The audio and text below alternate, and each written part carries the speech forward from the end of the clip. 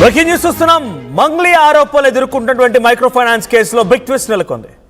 Ramavath Madhu remand రిపోర్ట్లో సంచలన విషయాలు బయటపడుతున్నాయి.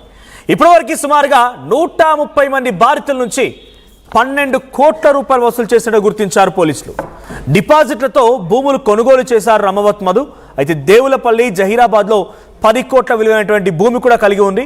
3 బినామీ పేర్ల పైన మధు ఈ భూమిని కొనుగోలు చేసినట్టు తెలుస్తోంది. అభిషేక్, మహేందర్, శ్రీను ఈ 3 పేరిట భూమిని రిజిస్ట్రేషన్ చేశాడు. అయితే మధు ఆస్తులు సీజ్ చేసేందుకు ప్రభుత్వానికి పోలీసులు లేఖ రాసుకొచ్చారు. సో నా చేతిలో ఉంది రిమాండ్ రిపోర్ట్. సుమారుగా 10-15 పేజీల రిమాండ్ రిపోర్ట్ ఇందులో ఉంది. దీంట్లో అందరు విక్టిమ్స్ కూడా 5 లక్షలు, 10 లక్షలు, 15 లక్షలు, 2 లక్షలు, 3 లక్షలు అంతా ఒంటి మీద బంగారాన్ని, ఇంటిని తాకట్టు పెట్టి తీసుకొచ్చి చెల్లించినవే. ఆ రిమాండ్ రిపోర్ట్ సంబంధించి విజువల్స్ మీరు కూడా ఆర్టీవీ స్క్రీన్ పై చూస్తున్నారు. సుమారుగా 12 కోట్ల రూపాయలు కేవలం ఇక్కడ వాళ్ళకి ఇచ్చిన కంప్లైంట్ ఆధారితంగా 12 కోట్ల రూపాయలని వారంతా వసూలు చేశారంట. ఆ ఆస్తుల మొత్తాన్ని సీజ్ చేయాలన్నట్టుగా ఇప్పుడు చెప్పడం జరిగింది. రమవత్ మధు పేరు మీద ఉన్నటువంటి ఆస్తులు మొత్తం సీజ్ చేయాలి అని చెప్పి ప్రభుత్వానికి పోలీసులు లేఖ రాసుకొచ్చారు. డీటెయిల్గా మాట్లాడుకుంటూ దీనికి సంబంధించి మరిన్ని అప్డేట్స్ ప్రతినిధి ఇనారెడ్డి అందిస్తారు. ఇనారెడ్డి, సో రమవత్ మధు ఆస్తులు మొత్తం సీజ్ చేయాలి అని చెప్పి పోలీసులు గవర్నమెంట్ రిక్వెస్ట్ చేస్తున్నారు. ఇక్కడ రిమాండ్ రిపోర్ట్ కూడా కనబడుతోంది. సో దీంట్లో ఎటువంటి అంశాలని, రమవత్ మధుపై ఎటువంటి ఆస్తులు ఉన్నాయి, ఆ ఆస్తుల తాలూకా వివరాలు ఏంటంటే దాదాపుగా చాలా మంది బాధితులు ఆర్టీవీతో మాట్లాడుతున్నప్పుడు ఎక్కడ చూసినా సేల్ అగ్రిమెంట్లు చేసుకునేవాడు, జీపీఏ చేసుకునేవాడు, కానీ డైరెక్ట్గా కొనుగోలు చేసిన ఆస్తులు లేవు. ఇప్పుడు ఆ అగ్రిమెంట్ సేల్ని లేకుంటే జీపీఏని ఇలాంటి చిన్న డాక్యుమెంట్స్, ఫుల్ రిజిస్ట్రేషన్ కాకుండా డాక్యుమెంట్స్ ఉన్నటువంటి ఆస్తుల్ని ఎలా జప్తు చేస్తారు, ఆ పబ్లిక్ ఎలా పంచగలుగుతున్నారు?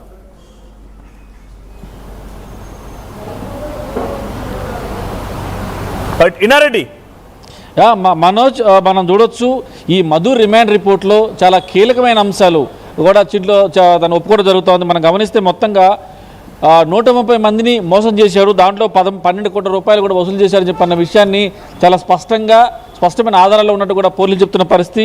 అయితే ఈ ఎకనామిక్ అఫెన్స్ వింగ్ ఏమైతే అరెస్ట్ చేసిన నేపథ్యంలో ఎవరైతే ఫిర్యాదుదారుడు ఈ శుభక్షేత్ర అనే కంపెనీతో పెట్టుబడులు తీసుకున్నారని చెప్పేసి సంతోష్ అలియాస్ కృష్ణారావు అనే వ్యక్తి ఫిర్యాదు చేశాడు. ఆ ఫిర్యాదు మేరకు దీంట్లో ప్రధానమైన గమనిస్తే రమవత్ మధు అనే వ్యక్తి పరిచయం అయ్యి ఆ రకంగా మోసం చేశాడు. దీంట్లో ప్రధానంగా మనం దీంట్లో ఉన్న డాక్యుమెంట్స్ ప్రకారం మనం చూస్తే, రిమాండ్ రిపోర్ట్ డాక్యుమెంట్ ప్రకారం మనం చూస్తే ఆ 16 ఎకరాలకు సంబంధించి డిటిసిపి ఆమోదం ఉందని, అలాగనే దీంట్లో ఒక్కొక్క వ్యక్తి కనుక 5 లక్షల రూపాయల కన్నా చెల్లిస్తే అతనిచ్చే ఆఫర్ జనరల్గా చూస్తే ఇలాంటి ఆఫర్ కనుక వింటే ఎవరైనా కానీ అట్రాక్ట్ అవుతారు. మనోజ్, మనం చూడండి, దీంట్లో మీరు కనుక 5 లక్షల రూపాయలు చెల్లిస్తే 102 గజాల ఫ్లాటు, అలాగనే 42 నెలల పాటు 25,000 చెల్లిస్తామని, ఇదే కాకుండా 5 లక్షల రూపాయల ఇన్సూరెన్స్. నిజంగా మరి ఇంత అట్రాక్ట్గా ఉన్న ఆఫర్ చేస్తే సామాన్యులు, తర్వాత మామూలు వ్యక్తులు ఎందుకు అట్రాక్ట్ కారు?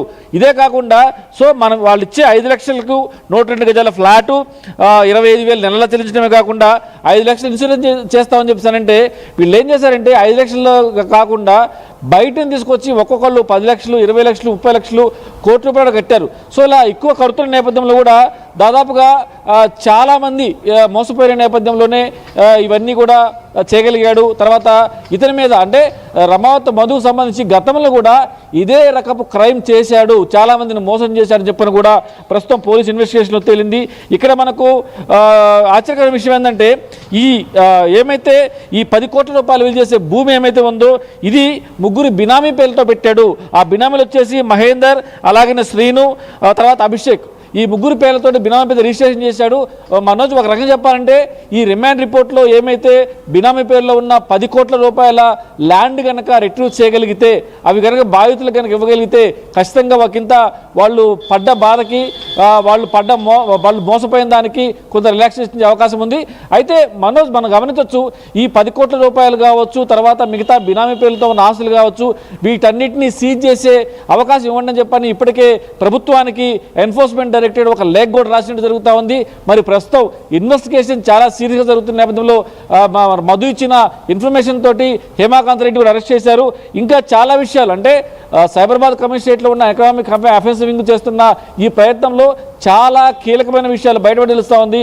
కొన్ని డాక్యుమెంట్లు, అలాగే మొబైల్ ఫోన్లు, అలాగనే వీళ్ళకి సంబంధించిన ఆర్థిక లావాదేవీలకు సంబంధించిన వ్యవహారంలో ఉన్న బ్యాంక్ అకౌంట్లు, అంటే ఇది ఒక మధుకు సంబంధించిన బ్యాంక్ అకౌంటే కాకుండా ఇతని ద్వారా లాభాలు పొందిన వారు ఎవరెవరికి డబ్బులు పోయాయి, తర్వాత ఎవరి ద్వారా డబ్బులు షేర్ అయ్యాయన్న అన్ని విషయాలు కూడా ప్రభుత్వానికి ఎకనామిక్ అఫెన్స్ వింగ్ కొంత ఆస్తులు సీజ్ చేయండి మధు అని చెప్పింది. ఓకే, కానీ ఆస్తులు ఉన్నాయా నిజంగానే వాటన్నిటి తన పేరుతోనే? బికాజ్ అది కూడా లీగల్గా ఛాలెంజింగ్ విషయమే.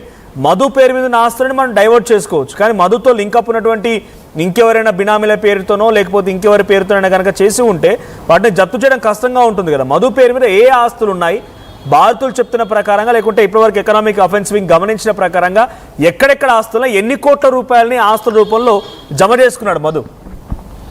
మనోజ్, మనం గమనించవచ్చు. అంటే మధు ఇచ్చిన కన్ఫెషన్ స్టేట్మెంట్ ప్రకారం ఎవరి పేరు మీద తాను రిజిస్టర్ చేశారన్న విషయం మీద కనుక ఆయన రిటర్న్గా కనుక ఒక రిటర్న్ స్టేట్మెంట్ కనుక ఇస్తే ఖచ్చితంగా ఎవరి పేరు మీద అయితే బినామీ పేర్లతో ఆయన రిజిస్ట్రేషన్ చేశాడో అవి ఆస్తులు స్వాధీనం చేసడానికి, సీజ్ చేయడానికి పోలీసులకు హక్కు ఉందని చెప్పని కూడా చట్టం చెబుతా ఉంది.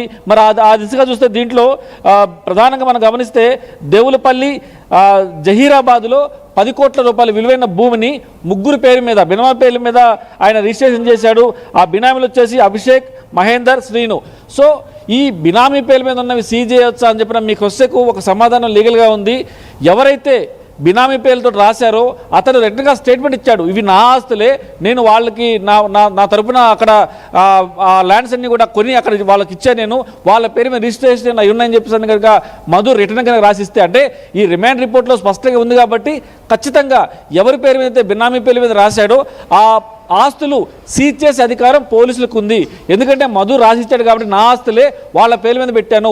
ఇక్కడ ఒక ప్రధానంగా ఒక విషయం గమనించాలి మనోజ్, ఎక్కడైతే డబ్బులు తీసుకున్నాడో, ఎక్కడైతే డబ్బులను తీసుకొని ఈ ఎవరెవరికి ఇచ్చాడు, తర్వాత ఎవరి ద్వారా స్ప్రెడ్ అయ్యింది అని చెప్పిన దాని మీద ఎకనామిక్ అఫెన్స్ వింగ్ ఇన్వెస్టిగేషన్లో తేలిన అంశాలు కాబట్టి ఈ డబ్బులను ఎక్కడికి ట్రాన్స్ఫర్ అయిన దాని మీద లీగల్గా కొంత ఎవిడెన్స్ కూడా ఉంది కాబట్టి ఆ దిశగా బినామీ ఆస్తులు అయినా సరే సీజ్ చేయొచ్చు. ఇప్పుడు ఎకనామిక్స్ వింగ్ కూడా ఇప్పటికే ప్రభుత్వానికి ఒక లేఖ రాసింది. మరి దాదాపుగా మోసపోయింది 12 కోట్ల చెప్పి తెలుస్తున్న నేపథ్యంలో 10 కోట్ల వరకు కూడా ఆ ఆస్తులు ఉన్నాయి కాబట్టి కొంతవరకు ఈ ఎకనామిక్స్ వింగ్ సీరియస్గా తీసుకొని ప్రభుత్వం కనుక ఇన్వాల్వ్ అయితే మాత్రం ఆ ఆస్తులు సీజ్ చేసి వాళ్ళకి పంచడం చాలా ఈజీ అవుతుందని కూడా న్యాయ కోవిదులు చెప్తున్న విషయం ప్రకారం మనకు అర్థమవుతా ఉంది Manoj. Thank you Nareddy. So మొత్తంగా ఆయనకు సంబంధించిన ఆస్తులు వేరు బినామీల పేరుతో ఆయన కొంత సేవ్ చేసి పెట్టుకున్నారు. సుమారుగా 10 కోట్ల రూపాయలు విలువ చేసినటువంటి ఆస్తులు ఉన్నాయన్నట్టుగా ఎకనామిక్ అఫెన్స్ వింగ్ గమనించినట్టు తెలుస్తోంది. అయితే మధు ఆస్తులని సీజ్ చేయాలని చెప్పి ప్రభుత్వానికి రిక్వెస్ట్ చేసింది economic offence wing. Abhishek, Mahender, Srinu ఈ ముగ్గురు పేరిట, ఈ బినామీల పేరిట 10 కోట్ల విలువైనటువంటి భూమిని దేవులపల్లి జహీరాబాద్ దగ్గర మధు దాచేసి పెట్టారని, అయితే ఈ భూమిని వెంటనే జప్తు చేసుకోవాలని చెప్పి అప్పుడు మాత్రమే మైక్రో ఫైనాన్స్ స్కామ్లో నుంచి కొంతమంది బాధితులను విముక్తులు చేయొచ్చు అన్నట్టుగా ఎకనామిక్ అఫెన్స్ వింగ్ భావించింది. సో ఆ రిమాండ్ రిపోర్ట్ నా చేతిలో ఉంది. రిమాండ్ రిపోర్ట్ ఆధారితంగా ఇప్పుడు మరి గవర్నమెంట్ ఏం చేస్తుంది, ఏ రకంగా ఆస్తులు జప్తు చేస్తుంది చూడాలి. బట్ చాలా మంది బాధితున్నారు, ఒకరు కాదు ఇద్దరు కాదు. ఆ బాధితులందరి సంఖ్య ఇంకా రోజు పెరుగుతూనే ఉంది. సో కొన్ని లక్షల రూపాయలు ఇల్లులు ఉన్నవారు ఇల్లులు తాకట్టు పెట్టారు, మెల్లో పుస్తెళ్తాడు, ఒంటిపై బంగారం అంతా తాకట్టు పెట్టి డబ్బులు తీసుకొచ్చి ఇటు మధుకి ఇచ్చారు. సో మధు వారికి రిటర్న్స్ ఇస్తానని చెప్పాడు. ఒక్కొక్కరికి 102 గజాల భూమి, 42 నెలల పాటుగా నెలకి 25,000 రూపాయల ఇంట్రెస్ట్ అమౌంట్, ఆ తర్వాత 5 లక్షల రూపాయల జీవిత బీమా, ఇవన్నీ ఉంటాయని చెప్పి వాళ్ళని నమ్మించాడు. కానీ ఆఖరికి వస్తే ఏమైపోయిందంటే అందరినీ మోసగించి కోట్ల రూపాయలు దండుకున్నాడు. దీంట్లో ప్రధానంగా ఆరోపణలు ఎదుర్కొంటోంది సింగర్ మంగ్లీ అండ్ మంగ్లీ తమ్ముడు శివ, మరికొంతమంది కూడా ఆరోపణలు ఎదుర్కొంటున్నారు. సంచలనంగా రోజుకు అంశం బయటపడుతోంది. మరి ఈ రోజు ఎకనామిక్ అఫెన్స్ వింగ్ రిక్వెస్ట్ మేరకి ప్రభుత్వం ఏ రకంగా ఆస్తులు జప్తు చేస్తోంది, ఇది కేవలం మధు వరకే ఆగుతుందా లేదా ఆరోపణలు ఎదుర్కొంటున్నటువంటి మంగ్లీ తమ్ముడు శివ అండ్ మంగ్లీ వరకు కూడా వస్తుందా చూడాలి.